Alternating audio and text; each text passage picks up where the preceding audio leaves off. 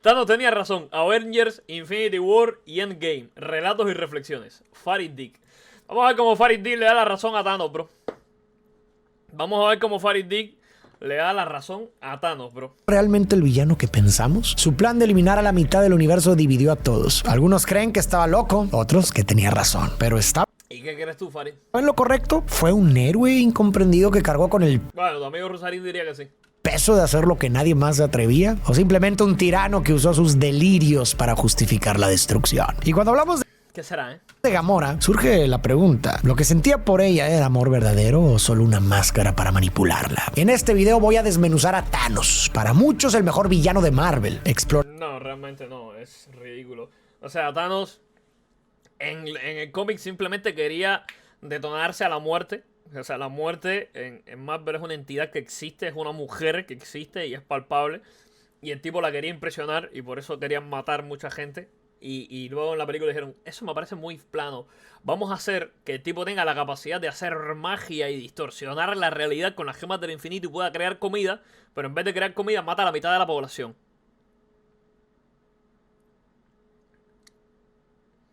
Mata a la mitad de la población porque que se van a quedar sin comida. Y le dijeron, pero no puedes crear comida. No. Hay demasiada sobrepoblación en el universo. Ustedes saben que todo el mundo cabe en Texas. Hola, si metiéramos a cada uno de los habitantes humanos del planeta Tierra en Texas, ¿cuánto espacio habitable habría para cada uno solo en Texas? Hola, es una pregunta curiosa y la verdad es que se ha hecho ese cálculo muchas veces para imaginar qué tan grande es Texas. Aproximadamente Texas tiene alrededor de 695.000 kilómetros cuadrados de superficie. Si tomamos una población mundial de unos 8.000 millones de personas, por ejemplo, y las distribuyéramos equitativamente en todo Texas, cada persona tendría algo así como unos 0.087 metros cuadrados. Eso es menos de un metro cuadrado por persona, o sea, un espacio muy pequeñito. Básicamente estarías casi pegado hombro con los demás. Me Así estás que sí. diciendo que caben 8 millones, digo, sí, 8.000 millones de personas solo en Texas. Exactamente, sí. Es un dato así de loco. Si tomas los 8.000 millones de personas del mundo y los metes todos en el área de Texas, técnicamente cabrían, pero cada uno tendría un espacio súper diminuto, menos de un metro cuadrado por persona. Entonces dirías que el planeta está sobrepoblado. Bueno, es una forma curiosa de pensarlo, ¿no? En teoría sí. Todos cabrían en un solo estado si los apretujas. Pero eso no significa que tengamos espacio real y habitable para vivir cómodamente en el planeta así. La realidad es que O la sea, Tierra... en Texas no, pero en el planeta entero sí, ¿no? ¿Estamos de acuerdo con eso? Exactamente, así es. Si lo miras desde esa perspectiva, el planeta entero obviamente tiene muchísimo ¿Cuántas espacio. veces tendría que subir, o sea, cuánto por ciento tendría que subir la población actual para estar la mitad apretado de lo que estaríamos en Texas, toda la humanidad metida? Buena pregunta. A ver, haciendo un poco de números rápidos.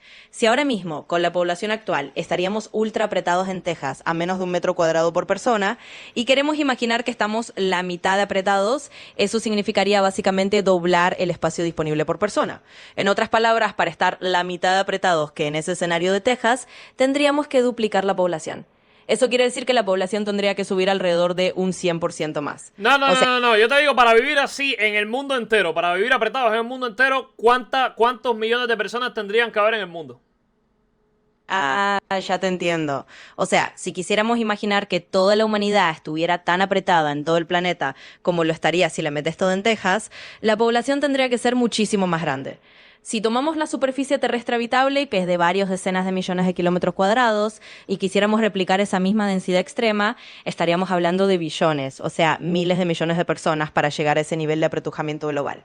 En otras palabras, tendrías que multiplicar la población actual por cientos de veces para que en todo el mundo se sintiera como estar todos juntos. Sí, bro. Dice Farid que vamos a tomarnos en serio a ver si Thanos tenía razón o no. explorando lo que representa, los rasgos de su personalidad, sus dilemas y contradicciones, para intentar responder todas estas preguntas. En el espacio, la nave Statesman es atacada por la Sanctuary 2, la nave insignia de Thanos. La Orden Negra elimina a la mitad de los pasajeros y Moe proclama a los sobrevivientes que deben sentir Pero Farid todavía no dijo nada.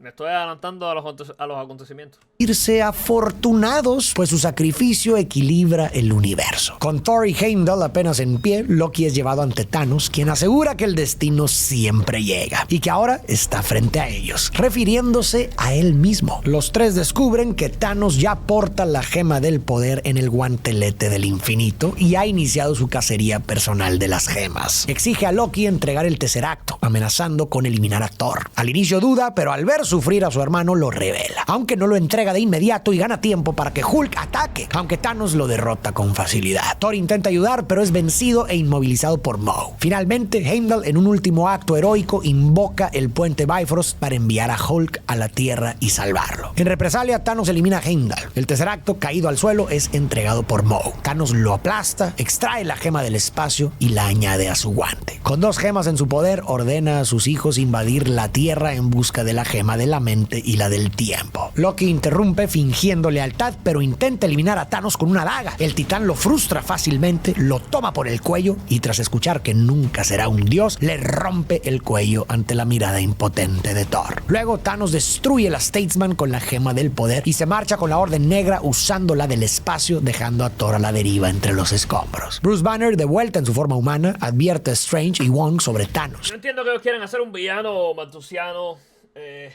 maltusianista, no, esto, lo otro,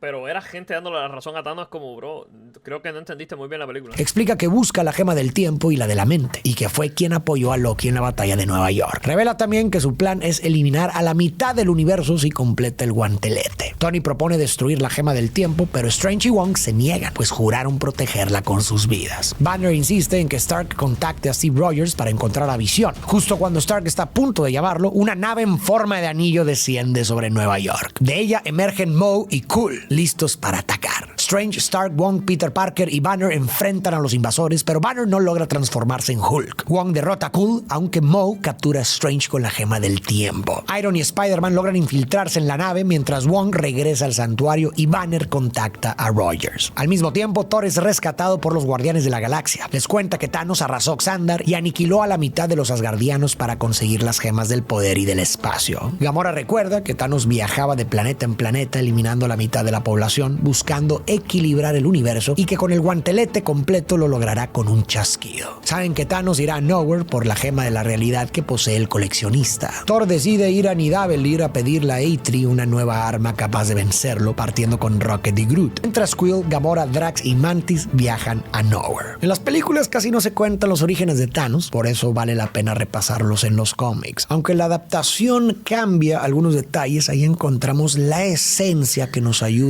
Cambia casi todos los detalles, pero bueno. a entenderlo con toda su complejidad. Thanos nació en Titán, hijo de Alars y Suizan, miembros de los Eternos. A diferencia de los demás, vino al mundo con el síndrome del desviado, que le dio piel púrpura y un cuerpo desproporcionado. Desde el inicio fue visto como un monstruo, incluso por su madre, que perdió la razón e intentó eliminarlo al nacer. De niño nadie habría imaginado en lo que se convertiría. Era tranquilo, callado, muy inteligente y soñaba con ser científico como su padre. Aunque este lo descuidaba, sus compañeros lo respetaban. Sin embargo, dentro de él crecía una obsesión inquietante, la obsesión con la muerte. Llenaba sus cuadernos con dibujos de criaturas muertas, aunque la idea de Jeffrey Enten, bro. eliminarlo Jeffrey Enten no, Jeffrey Dahmer. enfermaba. Todo cambió cuando una misteriosa niña lo convenció de explorar unas cuevas con sus amigos para ayudarlo a superar su miedo a eliminar. Un derrumbe lo dejó atrapado 3 días bajo tierra. Durante ese tiempo se negó Oído, bro. siquiera a considerar eliminar a las criaturas que merodeaban en la oscuridad. Al salir, descubrió que sus amigos habían muerto, devorados por esos mismos animales. Tal vez esa experiencia lo llevó a creer que la muerte era necesaria para que la vida prosperara. O quizás sus futuras matanzas serían intentos de recrear simbólicamente ese momento, pero desde el control y no desde la impotencia. Más tarde, la misma niña lo convenció de regresar a las cuevas para vengarse de los animales. Desde entonces, Thanos empezó a cruzar límites cada vez más oscuros. En la adolescencia destacaba por su inteligencia, pero en secreto practicaba disecciones con animales, buscando entender por qué era diferente. Y siempre estaba ella, esa enigmática niña, empujándolo a ir más lejos. Su búsqueda terminó llevándolo a eliminar a otros titanes, cometiendo los primeros homicidios en la historia de Titán. Aunque juró que serían los últimos, volvió a eliminar y descubrió que le gustaba, sentía poder. Se enamoró de su misteriosa amiga. Entonces, en qué momento cabe preguntarse si Thanos tenía razón o no, bro. No, es como, Farid. pero ella lo rechazó. Thanos siguió eliminando hasta perder todo control y acabó Siento que de los cómics es diferente de las películas, ¿no? eliminando a su propia madre en busca de respuestas sobre quién era en realidad. Después huyó de Titán, se unió a piratas, recorrió el cosmos y buscó vínculos, pero nunca encontró lo que anhelaba. Tuvo parejas en distintos mundos, hijos que abandonó y un vacío que no dejaba de crecer. Al final decidió abrazar su naturaleza asesina y regresó en secreto a Titán en busca de la chica. Ella lo recibió, pero le impuso una prueba cruel. Debía demostrar que solo le pertenecía a ella. Thanos inició entonces una matanza despiadada, exterminando a todas las mujeres con las que había estado, a sus descendientes y arrasando planetas enteros. No, salado. Fue entonces cuando descubrió la verdad. Su confidente no era una niña cualquiera. Era la muerte, bro. Era la muerte encarnada. Y Thanos, ya atrapado en la obsesión, Vámonos. se entregó por completo a ella. Desde ese momento, cada conquista, cada guerra y cada genocidio fueron solo para complacerla y ganarse su amor. Thanos se convirtió en un agente de la muerte. Y esto no fue casualidad. Así fue Ese no es el origen del Thanos de la película, bro. concebido por sus creadores Jim Starlin y Mike Frederick. Su propio nombre ya lo anticipa. En los cómics tiene Thanos de Thanatos. un hermano llamado Eros, más tarde conocido como Star Fox. Y ambos son opuestos en todo. Eros suena griego también.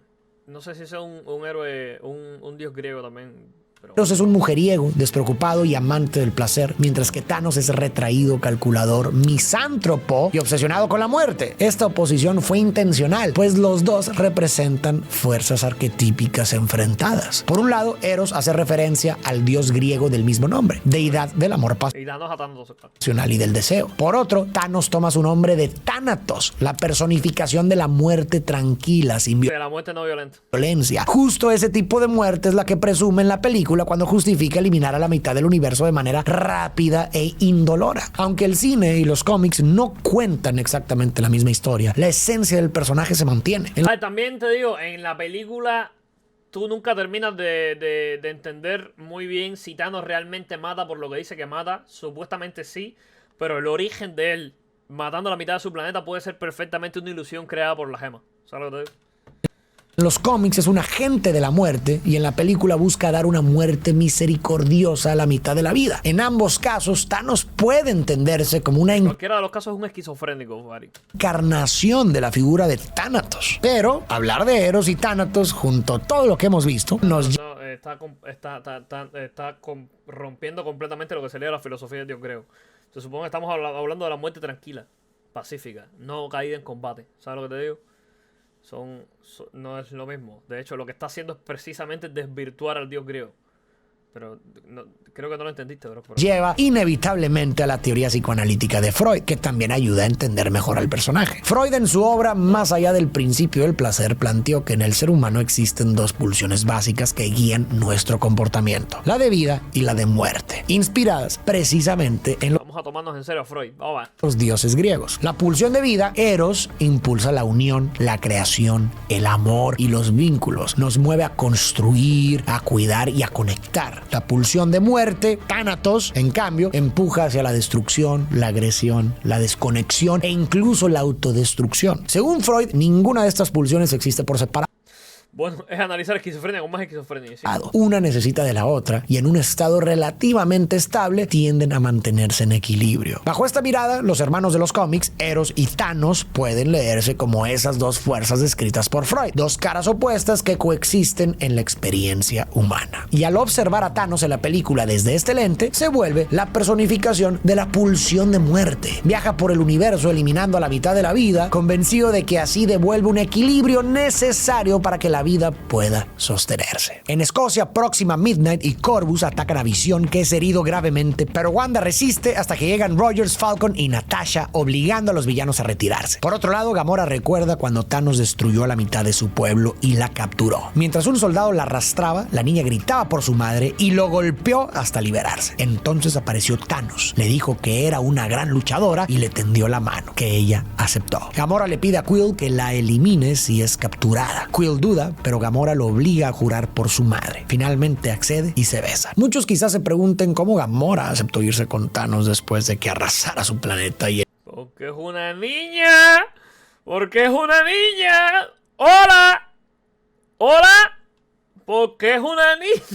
Eliminar a su familia. Para entenderlo hay que mirar el contexto emocional. Era solo una niña con No, gracias, bro. No, por el amor de Dios. poca conciencia y sin recursos emocionales ni físicos para enfrentar una situación así. En cuestión de minutos pasó de estar con su familia a quedar completamente sola en medio del caos y la violencia. En ese momento, un soldado comenzó a arrastrarla. Gamora gritaba por su madre, muestra del miedo y la desesperación de alguien que busca una figura de apego que le dé seguridad en medio del horror. En situaciones extremas, los niños buscan desesperadamente un punto de referencia que los contenga porque su sistema nervioso está sobrecargado y necesita a alguien que funcione como refugio. Y fue justo entonces, tras un pico de ansiedad y terror, cuando apareció Thanos. El soldado la soltó y él se acercó ofreciéndole ayuda y tendiéndole la mano. Simbólicamente ocupó el lugar de un salvador, una figura fuerte que en medio del caos parecía darle seguridad. Para un adulto, quizás sería más evidente que quien destruyó su planeta no podía ser un protector, pero para una niña en un momento de terror y desamparo, la percepción era distinta. Lo único que importaba era aliviar el miedo. Un niño no tiene la Y mientras estaban matando a sus padres,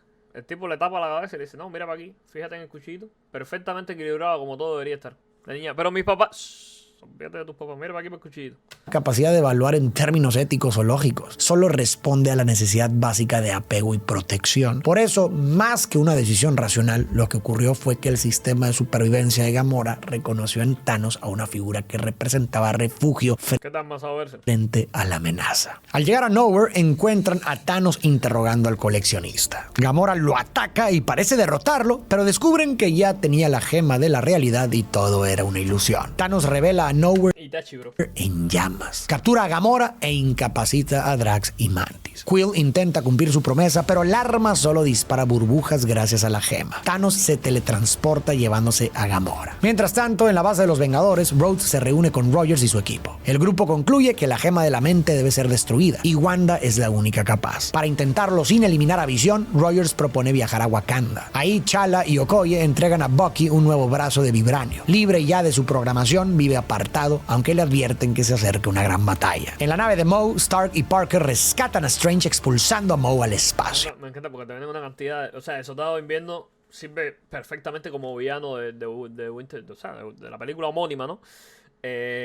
Y me parece uno de los mejores villanos de todo tal. Me parece de las mejores películas de Marvel, de las pocas salvables de Winter Soldier, espectacular. Pero acá no, tenga el brazo aquí y se acerca una gran pata. Un tipo que no pinta nada contra personajes como Thanos o el ejército de Thanos. No pinta nada. O sea, el tipo no hace nada. De hecho, Spider-Man lo papea, ¿sabes lo que te digo? Strange quiere volver a la La Tierra, pelea de Civil War, cuando el tipo le agarra el piñazo, Spider-Man se lo para y dice, ¿y esto?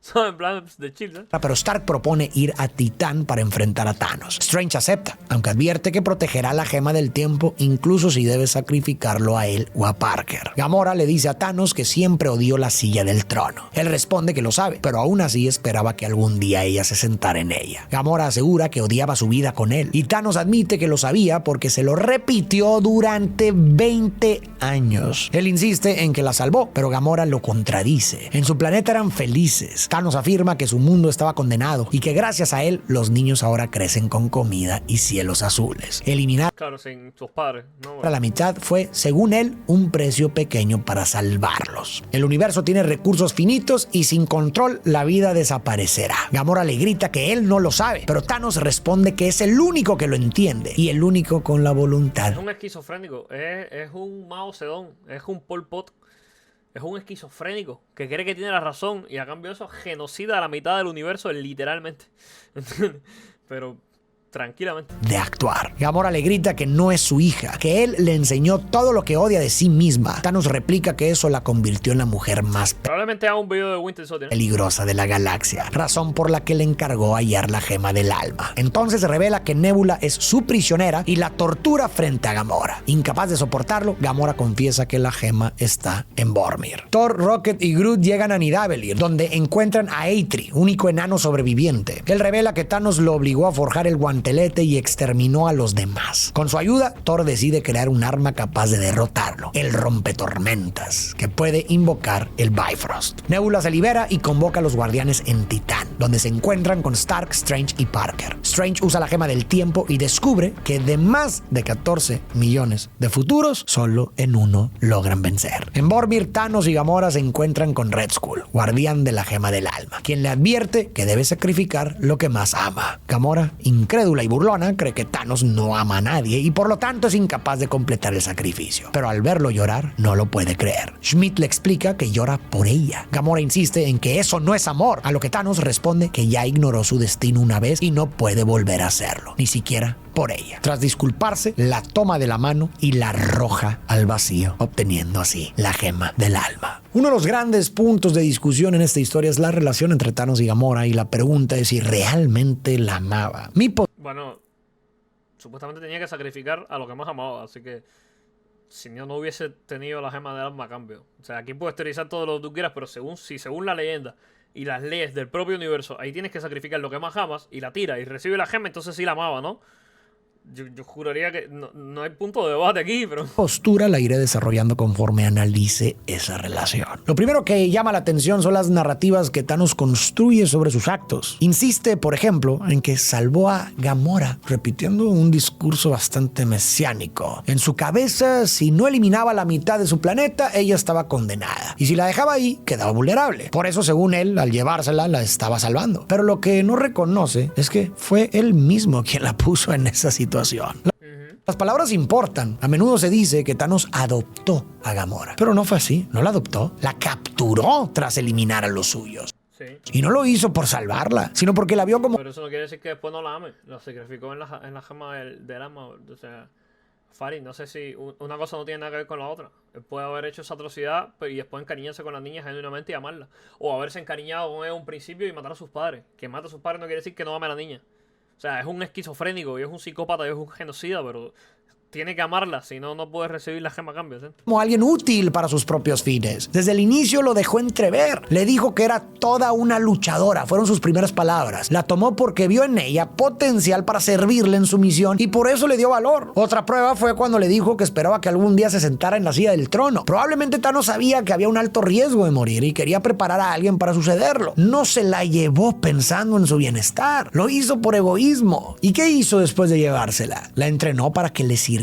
La modificó físicamente para convertirla en un arma y la enfrentó a Nebula, generando una competencia constante por su aprobación. Y como Gamora se imponía, se volvió su favorita porque le era más útil. Y esta dinámica, de hecho, es muy común en hogares abusivos. Los padres se enfrentan a los hijos entre sí para desviar la culpa y mantener el control. Y así Thanos consiguió que Nebula odiara a su hermana y la culpara por su dolor. Los padres hacen eso. No sé, no he estudiado mucho cómo son los hogares abusivos, pero estaba pingazo. ¿Qué padre hace esto? Cuando el verdadero responsable era él. Supongo que habrá alguno que sea... Está muy esquizofrénico, ¿sabes lo que te digo? No sé... No sé si llamarla esto, pero estaba pingazo. Por todo esto, para mí es complicado considerar que lo de Thanos con Gamora pueda llamarse amor. La capturó con... ¿Qué es el amor, Farid, eh? ¿Quién mejor que tú para hablar de amor? ¿Quién mejor que tú para hablarnos de amor, no? Lo tuyo se puede considerar amor. Lo que sienten hacia ti se puede considerar amor, Farid. Dale un par de vueltas. Dale un par de vueltecitas ahí. Déjenme ir a buscar algo de tomar. Estoy seco.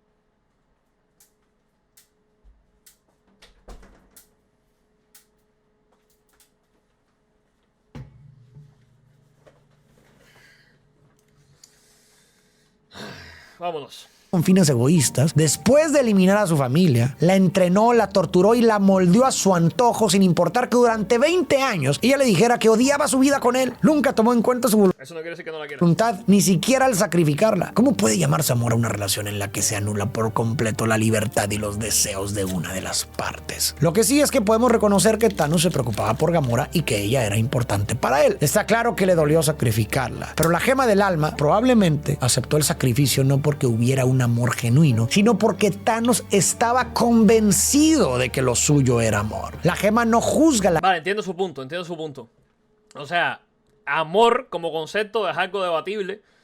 Y entre nosotros los humanos podemos debatir qué cosa es el verdadero amor, etcétera, etcétera. Pero bajo su prisma, sí era amor lo que sentía. Entonces por ahí, vale, está bien. Me quedo, está bien, se lo compro.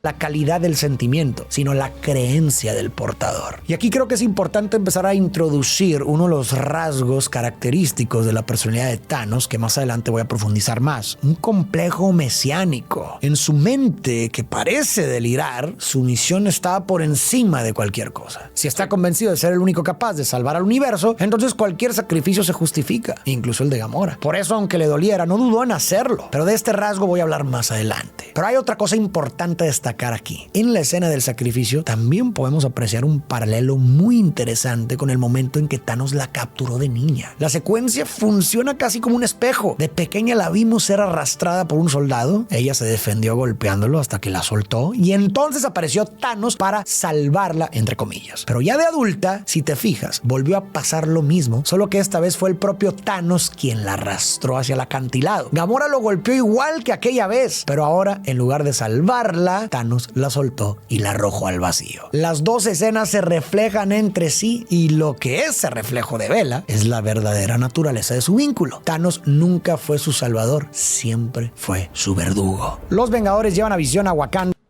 Me parece bien el análisis. donde Shuri planea extraer la gema de la mente sin dañarlo, mientras Wanda debe estar lista para destruirla en cuanto sea liberada. Al mismo tiempo, Thor arriesga su vida en Nidavellir para reactivar la fragua y con la ayuda de Eitri y el sacrificio del brazo de Groot, forja el rompetormentas. En Wakanda, los Outriders llegan liderados por Esto es un breaker. próxima Midnight y Cool. T'Challa reúne a sus guerreros y a los Vengadores y al abrir la barrera protectora se desata una feroz batalla. Los Vengadores y T'Challa resisten hasta que Thor llega con Rocket y Groot a través del Bifrost. Con el rompetormentas cambia el rumbo de la batalla. Thanos llega a Titán y es recibido por Strange. Explica que ese planeta, alguna vez su hogar, colapsó por la sobrepoblación y la falta de recursos. Propuso eliminar al azar a la mitad de la población para salvarlo. Lo llamaron loco, pero al final sucedió lo que predijo. Ahora cree ser misericordioso.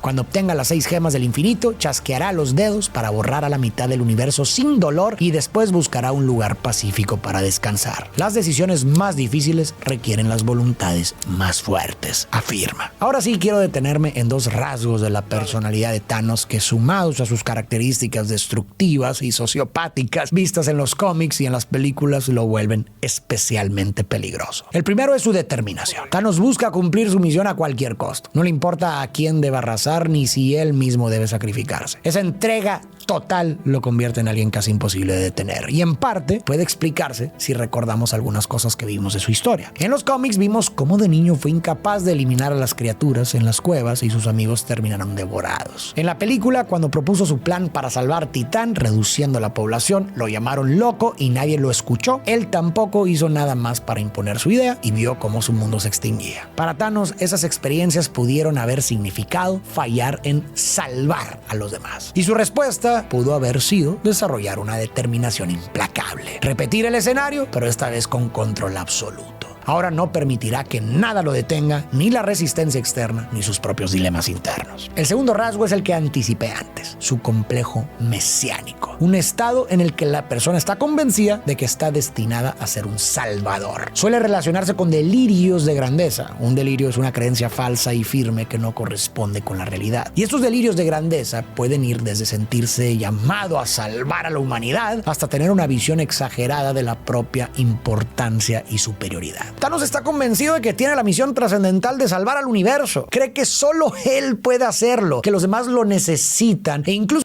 Y sí, se ve a sí mismo como un héroe, bro. Yo estoy seguro que muchísimos genocidas de la historia real se vieron a sí mismo como héroes, que deberían agradecerle. A lo largo de la película lo escuchamos repetir que únicamente él entiende la situación y que la gran diferencia es que incluso Thanos era más consecuente que muchos genocidas de la historia real.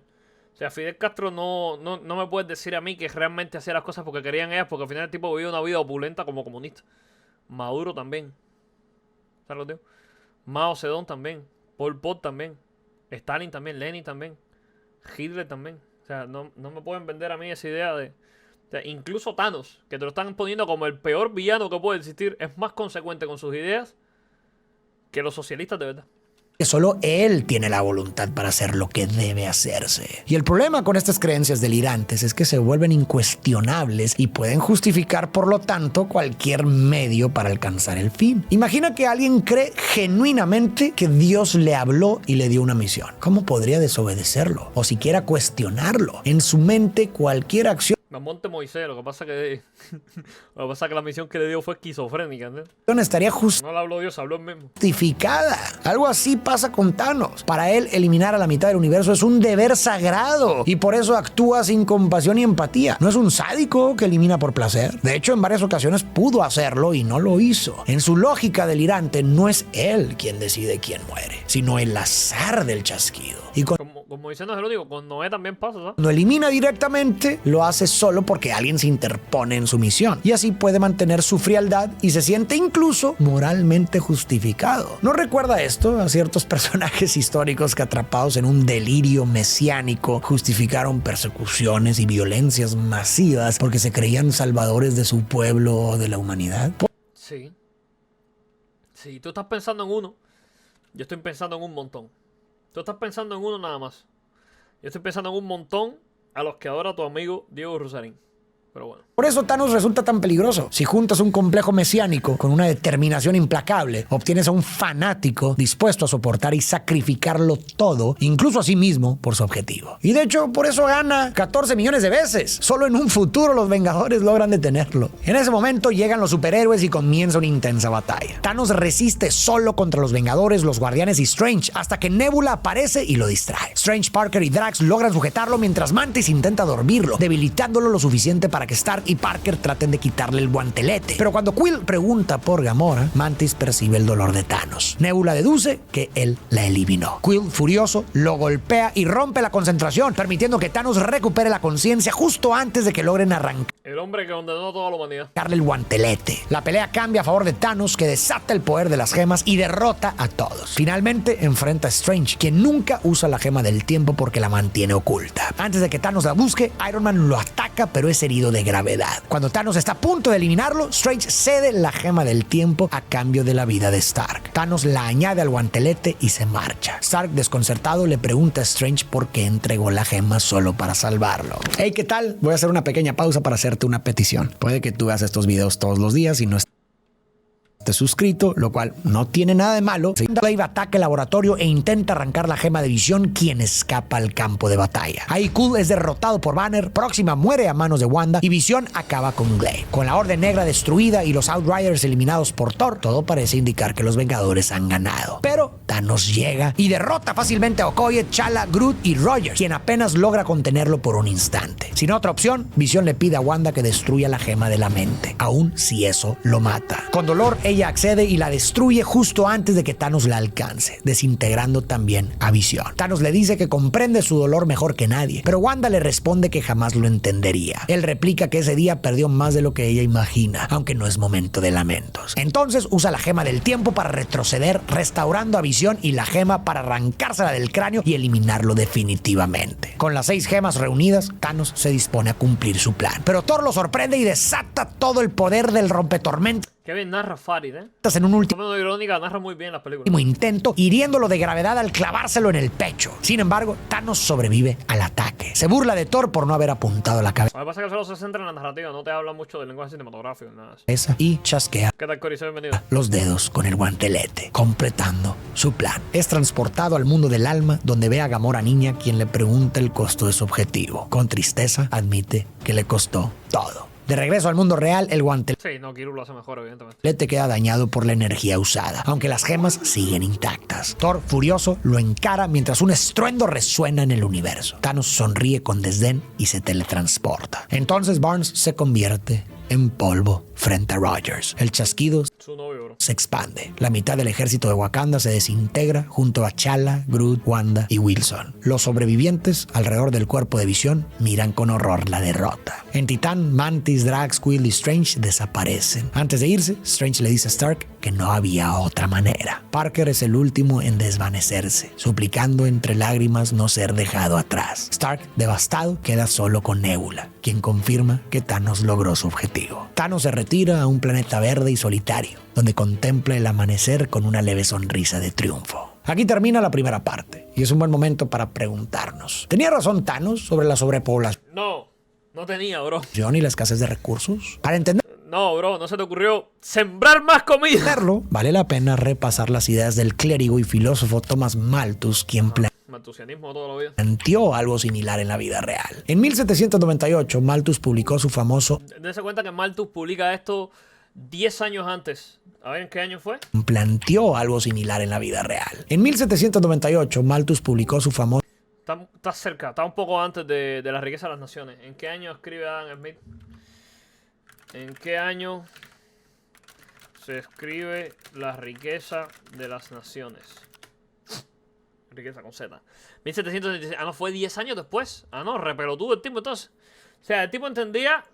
ensayo sobre el Ya el tipo entendía un poco cómo era... Espera. No. la pena repasar las ideas del clérigo y filósofo Thomas Malthus, quien planteó algo similar en la vida real. En 1798, Malthus publicó su famoso ensayo sobre el principio de la población, donde planteaba que la población crece de manera geométrica, es decir, se duplica cada cierto tiempo, mientras que la producción de alimentos solo puede crecer. Bueno, igual no había empezado la revolución industrial. ¿Sabes lo que te digo? Adam Smith escribe esto antes de la revolución industrial. Y este pelotudo empieza a decir, no, es que no producimos suficiente comida. Después viene la revolución industrial, se empieza a mecanizar todo, se empiezan a generar un montón de riquezas. Y Malthus, pues no habrá visto todo eso, ¿sabes? Pero bueno. Crecer de manera aritmética, mucho más lento. Según este razonamiento, llegaría un punto en que la población superaría la capacidad de producción de alimentos y entonces sobrevendría una catástrofe malthusiana. Hambrunas, guerras... Era un planteamiento ridículo. Fíjate, ya Adam Smith lo estaba viendo al principio y dice, no, las naciones generan riquezas de esta forma. O sea, así es como funciona todo. Más adelante va a ir mejor todo. Bueno, Malthus todavía es menos pelotudo que Marx. Malthus es menos pelotudo que Marx, porque Marx escribió lo suyo posterior a la revolución industrial. O sea, ya entendía que se generaban un montón de riquezas, entendía que había mejorado mucho la situación del mundo en general. Y aún así te escribe su pelotudez, no. Pero o sea, Malthus todavía no lo voy a culpar porque no vio la revolución industrial. Si hubiese visto la revolución industrial, quizás sus ideas hubiesen cambiado, ¿no? Guerras y enfermedades que devolverían a la población a niveles más manejables. Frente a esto, Malthus veía dos posibles caminos. El primero era dejar que las guerras, las plagas o el hambre hicieran su trabajo. El segundo era dejar que la gente se casara más tarde y tuviera menos hijos, reduciendo así el crecimiento poblacional antes de llegar al desastre. Ahora, ¿y cuando seas viejo, quién te va a mantener? El Espíritu Santo. ¿tenía razón Malthus y en consecuencia también la tenía Thanos? La No me quiero ni imaginar la respuesta que va a dar. respuesta es compleja. ¡No! ¿Cómo que compleja? ¡No tenía razón! Se generó una cantidad de comida posterior terrible, brother. ¿Cómo que la respuesta es compleja, mi hermano? Durante siglos, el mundo efectivamente funcionó bajo algo parecido a la trampa malthusiana. En la Europa preindustrial, cada vez que mejoraba la agricultura y aumentaban la producción de alimentos, la población crecía casi de inmediato, presionando de nuevo los recursos hasta llevar a crisis periódicas. ¿Ves cómo lo enfocan todo al revés? ¿No será que quizás, como se generan más recursos, la gente puede tener más hijos? No al revés. O sea, él no lo está viendo desde el punto de, coño, ahora tenemos mucho más recursos, me puedo dar el lujo de tener más hijos. Y la gente tiene más hijos. No, para él es, oh no, están teniendo más hijos, rápido, dan más recursos. Oh no, están teniendo más hijos, rápido, dan más recursos. No, o sea, se repeló todo. En ese sentido, Malthus Bueno, escribió bastante bien el ciclo de muchas sociedades preindustriales. Pero después del siglo XIX, la historia tomó otro rumbo. Con la revolución industrial y entonces no es compleja la respuesta. Entonces no es compleja la respuesta, bro. más tarde la revolución verde del siglo XX, la producción de alimentos creció muchísimo más rápido de lo que Malthus pudo haber imaginado. Entonces no es compleja. No tenía razón, Malthus. Ya está. ¿Cómo que la respuesta es compleja? Pero... la mecanización, los fertilizantes, la irrigación, las semillas mejoradas y más tarde la biotecnología multiplicaron la capacidad de producción agrícola. Además, algo que Malthus no anticipó fue la transición demográfica. En muchos países... Pandro, ¿Por qué una barra dice Vinland? Es que no estoy muy presente por acá.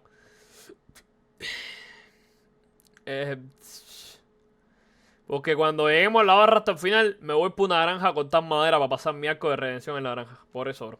A medida que mejoraba la calidad de vida, la educación y el acceso a métodos anticonceptivos, las familias empezaron a tener menos hijos. Esto hizo que en gran parte del mundo Entonces Malthus no tenía razón. ¡No la tenía!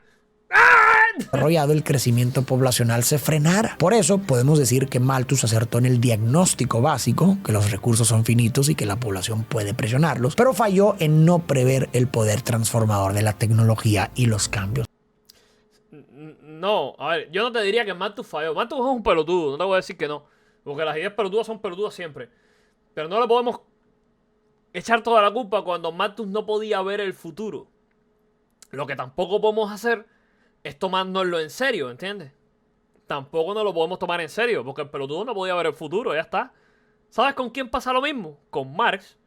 Que el pelotudo no se dio cuenta de que en el futuro la gente tendría un montón de derechos y los trabajos no serían tan precarios como él lo imaginaba. Un señor que nunca ha trabajado, así que no sabe lo que es la precarización.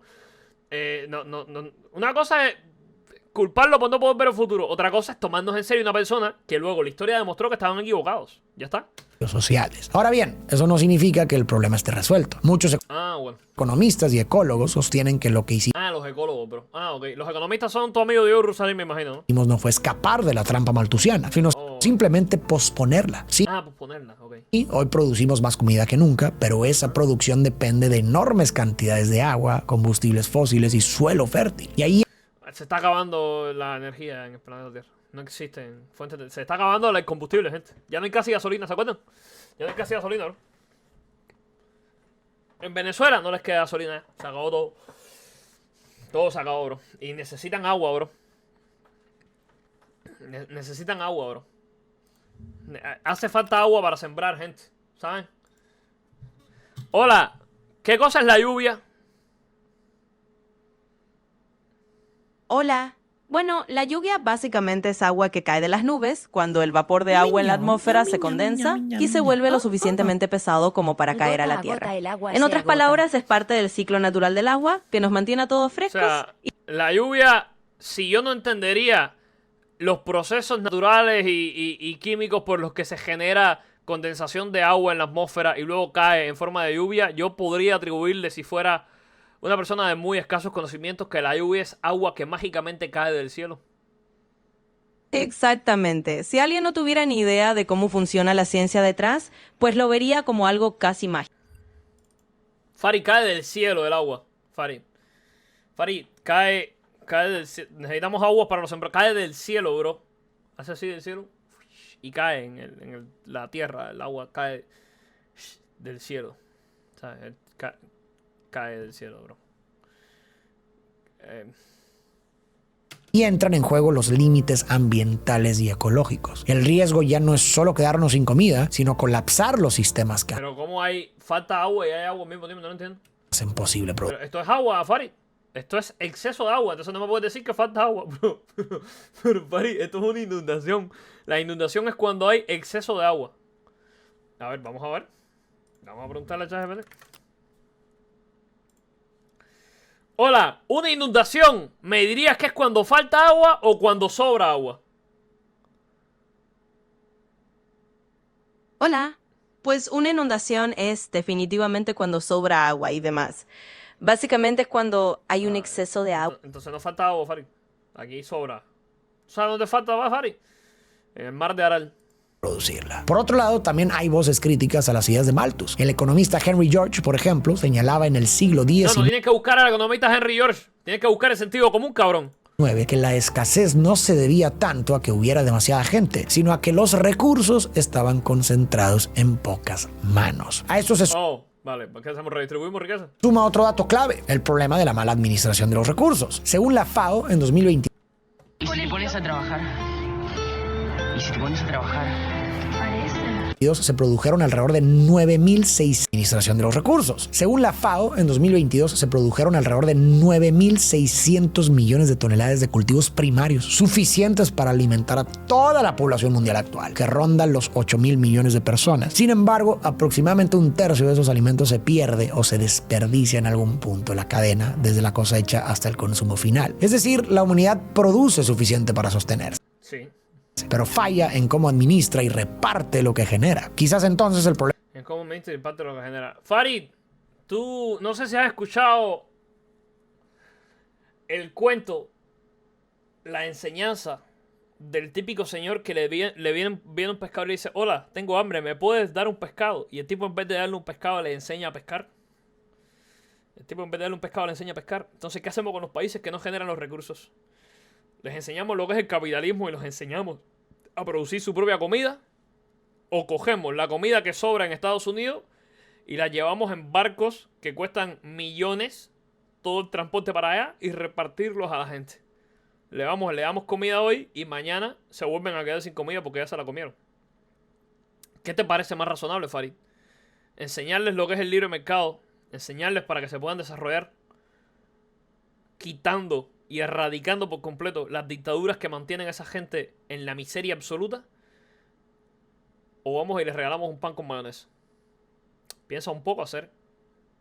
¿Quién va a coger y va a ponerse a hacer contenedores y contenedores de comida? Deberías analizar el cómic de Superman llevando comida para África. A ver si, no sé, para que te sorprendas un poco con la situación. Pero bueno. El problema no sea tanto que somos demasiados, sino cómo organizamos la distribución, la concentración de la riqueza y la eficiencia de los sistemas productivos. Sí, vivimos en un planeta con recursos finitos, pero las soluciones no necesariamente pasan por reducir la población a la fuerza. Vivimos en un planeta con recursos finitos, bro. Ustedes saben cómo surgen las frutas. Ustedes saben cómo surgen. Les voy a enseñar cómo surgen las frutas.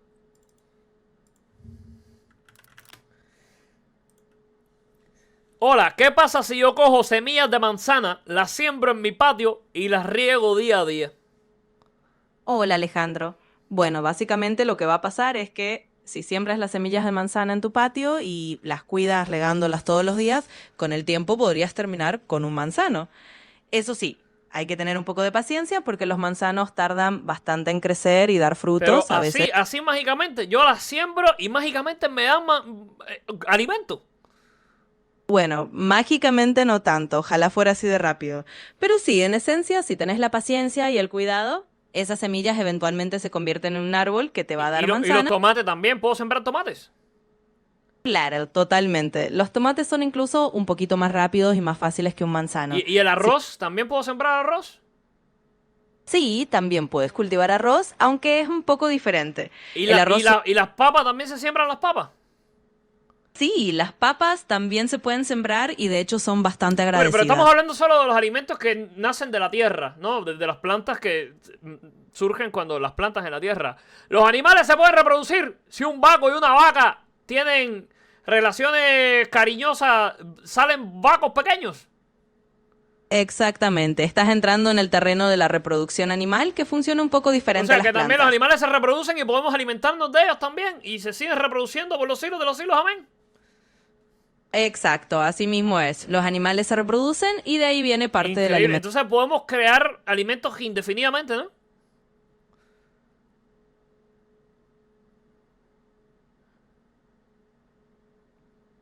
Entonces podemos crear alimentos indefinidamente, ¿no?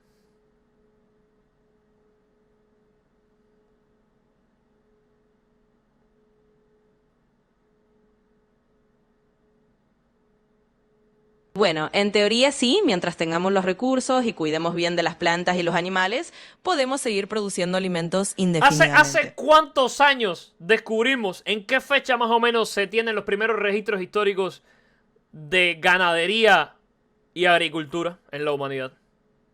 Sí, claro. En general, los primeros registros históricos de agricultura y ganadería se remontan a hace unos 10.000 a 12.000 años.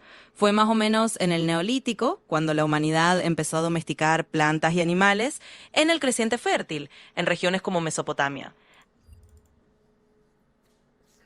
Desde hace 10.000 a 12.000 años la humanidad sabe generar recursos. Y este colega me está preguntando que si los recursos son infinitos o no. ¿Sabes lo que te...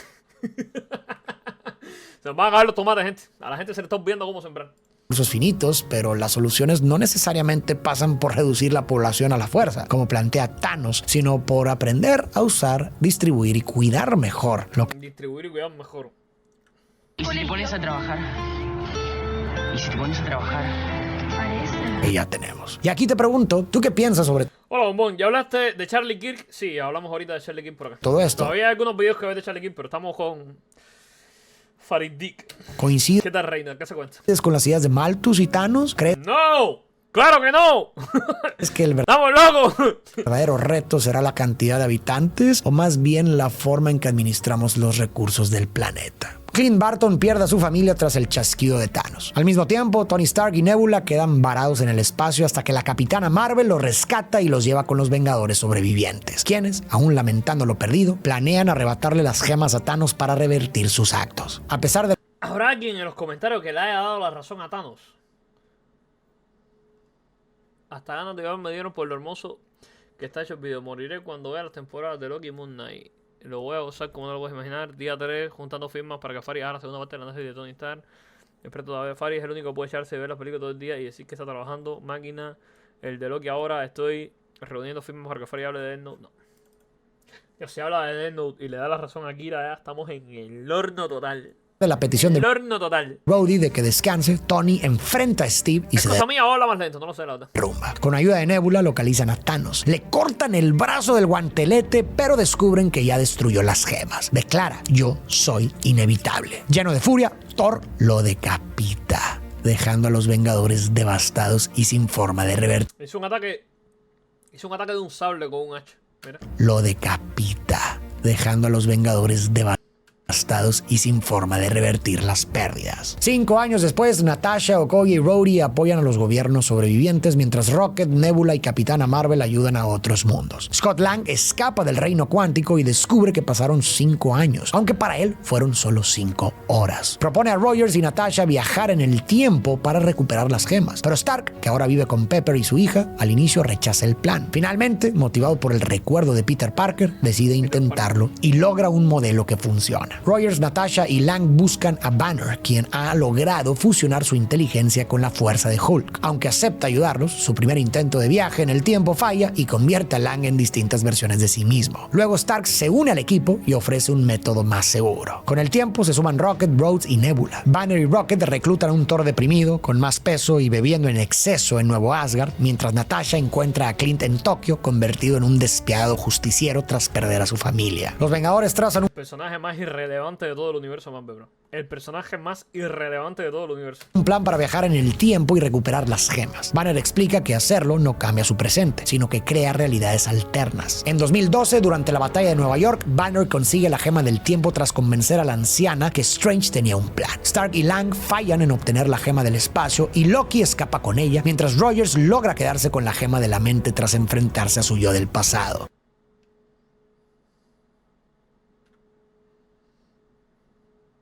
Stark y Rogers viajan a 1970, donde encuentran tanto partículas PIM como la gema del espacio. Rogers ve a Peggy Carter y Stark se reencuentra con su padre Howard, a quien anima con la frase: una fortuna jamás comprará un segundo de tiempo. Finalmente, ambos logran escapar antes de ser descubiertos. Rocket y Thor viajan a Asgard en 2013 Qué manera de joder a Hulk, lo que le han hecho a mis muchachos. para recuperar la gema de la realidad. Mientras Rocket la extrae de Jane Foster, Thor aprovecha para despedirse de su madre fría, quien le recuerda que debe aceptar sus fallas y descubrir quién es A el mí me pareció tan irrelevante la película de Thor de Dark World que yo ni me acuerdo qué pasó con Jane Foster. Yo, para mí, de Thor de Dark World a Thor Ragnarok, Jane Foster dejó de existir y tengo una nebulosa en la cabeza de qué cojones le pasó. Yo dije, bueno, habrán despedido a la actriz, no sé qué le pasó, pero de un día para otro dejó de aparecer y yo dije, bueno, no. Antes Le da cáncer, ni me acordaba, ¿eh? de partir, Thor invoca su martillo Ni me acordaba, te lo juro que no me acuerdo en el momento en que le da cáncer. Yo recuerdo que Thor de Dark World se terminaba en que él le daba un beso a ella al final o algo así. No sabía que se podía hacer, pero bueno. A ver, teniendo en cuenta todo lo que está pasando, no No me extraña.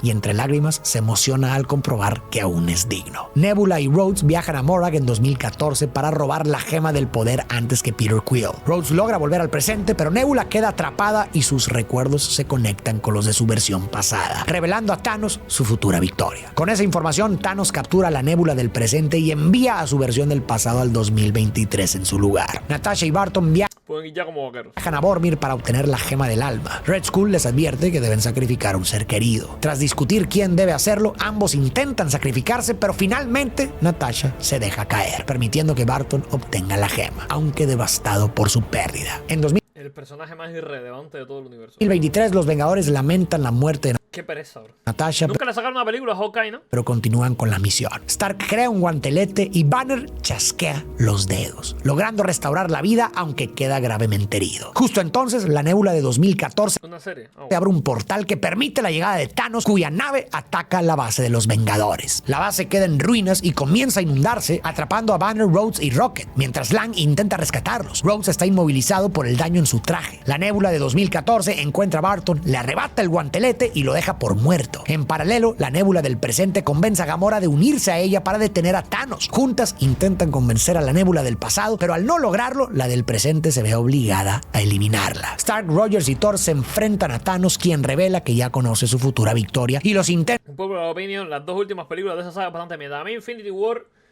me gustó. Endgame, no. Endgame me parece una diarrea. Pero bueno, a la gente le gustó supuestamente. De los Vengadores por Yo entiendo que termine el ciclo de muchos héroes y cosas así, pero... Infinity War me gustó, pero tampoco te creas tú que... Está bien, yo creo que se deja ver. detenerlo. Dice que incluso si eliminara la Me sigo quedando con Winter Soldier. Me sigo quedando de todo lo que es la parte de los Avengers, me quedo con Winter Soldier, pero por 10.000. mitad de la vida, el universo nunca prosperaría ni estaría agradecido, porque siempre recordarían a los que perdieron e intentarían revertirlo, como ahora hacen los Vengadores. Por eso, Thanos anuncia que no destruirá solo la mitad, sino que usará las gemas del infinito para borrar todo el universo y crear uno nuevo, que no recuerde lo perdido y solo conozca lo que él les dé. Empieza una batalla brutal en la que el capitán Dictador de toda la vida, Dios. Capitán América demuestra ser digno de levantar el martillo de Thor. Aún sin las gemas, Thanos consigue dominarlos y llama a todo su ejército para arrasar la Tierra. Declara que en todos sus años de conquistas, violencia y muertes, nunca lo hizo de manera personal. Pero esta vez, destruir a este terco y molesto planeta le dará un enorme placer. Creo que aquí ya se revelan las verdaderas motivaciones de Thanos. Hemos visto un cambio radical que pone en duda ese supuesto deseo de salvar al universo. Si realmente esa hubiera sido su razón y de verdad le preocupara el bienestar de la gente, lo lógico habría sido que al descubrir que los planetas no prosperaron como esperaba, se detuviera a pensar si su plan estaba equivocado. Podría haber reconocido que la vida era más compleja de lo que imaginaba, que quizás se equivocó y que su propuesta no era lo mejor para el universo. Pero no lo hizo,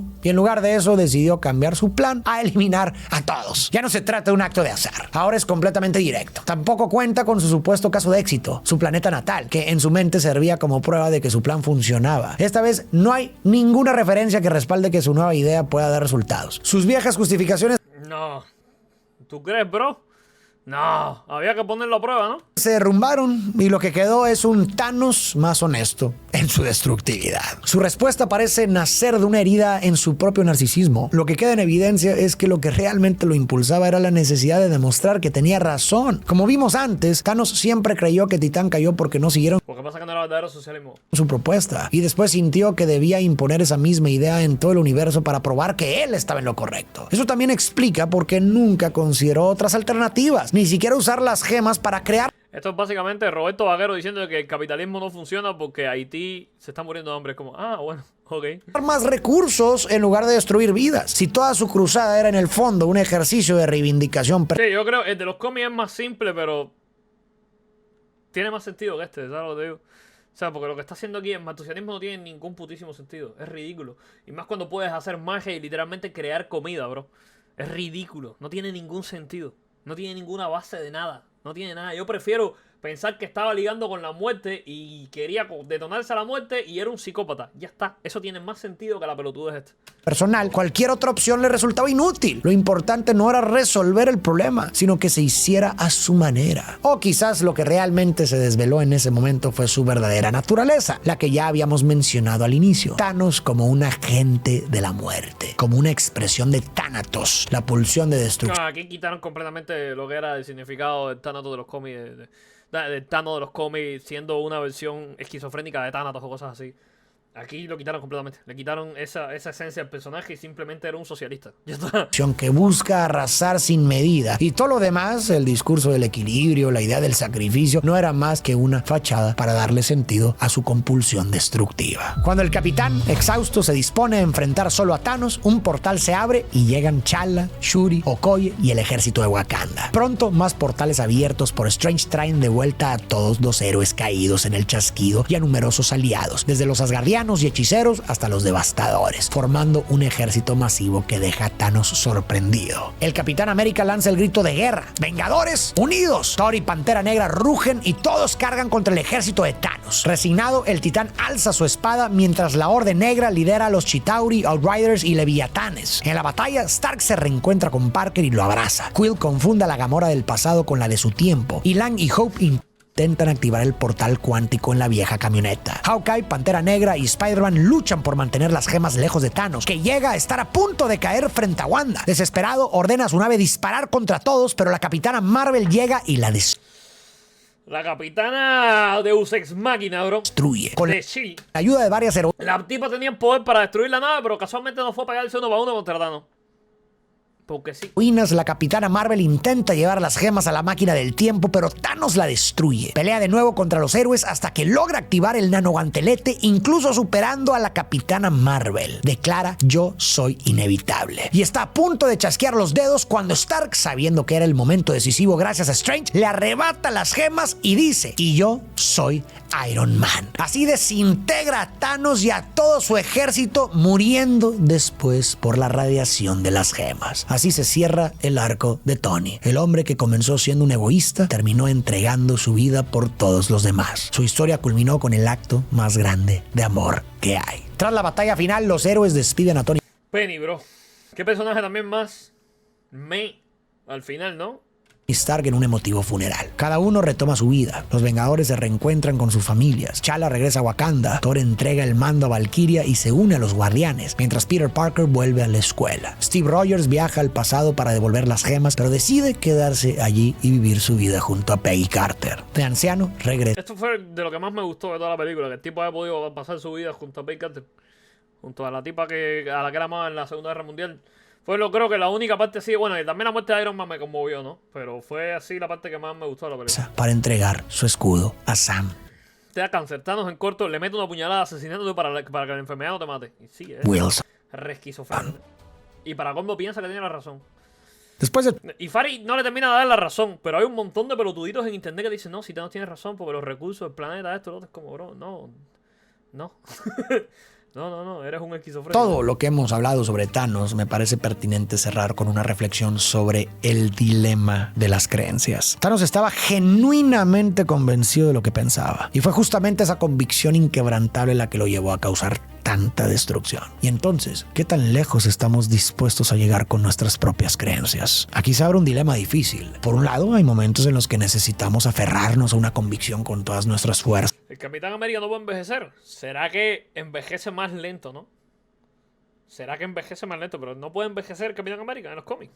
Si envejece, ¿no? Sin dudar, porque eso nos da dirección y sentido. Muchas de las grandes transformaciones en la historia, desde avances sociales hasta logros personales, han nacido de personas que se mantuvieron firmes en sus ideas, incluso cuando todo estaba en contra. La determinación ¿Qué tal, Cameron Snake? No tenía ni idea. No envejece. No tenía ni puta idea. en una creencia puede ser un motor muy poderoso, pero por otro lado, también es cierto que muchas de las peores atrocidades de la humanidad se cometieron en nombre de una creencia defendida con esa misma determinación implacable. Y el problema es Sí, Farid, díselo a tu colega. Díselo a tu colega Rosarín, a toda la gente que mató el socialismo, bro. que nunca es Díselo a tu colega que reivindica a Mao Zedong y a Stalin y a Lenin y a Fidel Castro y a Maduro, hacer. Díselo a él. Deberías revisar ahí la basura que tienes como amigo. Fácil saber si estamos en lo cierto o profundamente equivocados. Lo que para una persona puede ser un acto de fe o de justicia, para otra puede ser un error garrafal. Me recuerda al filósofo Bertrand Russell, que decía: nunca moriría por mis creencias porque podría estar equivocado. Su idea era que estar dispuesto a cambiar es de personas inteligentes. Al final, nuestro inconsciente está lleno de Sí, claro. creencias que damos por ciertas, aunque muchas de ellas sean falsas. Como Rosarín, que sus creencias no tienen ninguna base científica. Y si no somos capaces de cuestionarlas, nos volvemos prisioneros de nuestras propias ideas. A veces lo que pensamos que sabemos, lo que creemos seguro, es lo que más nos impide crecer. Y en ocasiones, aprender implica también desaprender. Pero entonces, ¿es posible un justo medio? ¿Cuándo es correcto sostener una creencia hasta el final? ¿Y cuándo es necesario detenerse a preguntarnos si estamos equivocados? Cuando estás matando gente inocente, bro. ¿Existe de verdad un punto medio entre la determinación que mueve montañas y la apertura que nos libra del fanatismo? ¿O será que vivir implica moverse siempre entre esas dos tensiones sin respuestas definitivas? No son preguntas sencillas. La certeza absoluta puede ser tan peligrosa como la duda permanente. Tal vez la respuesta es un ejercicio constante de reflexión, humildad y de autocrítica. Y quizás aprender a vivir en ese equilibrio frágil sea, al final, la tarea que nos acompañe toda la vida. Muchas gracias por llegar hasta el final de este video. Recuerda que si no te has suscrito a mi canal,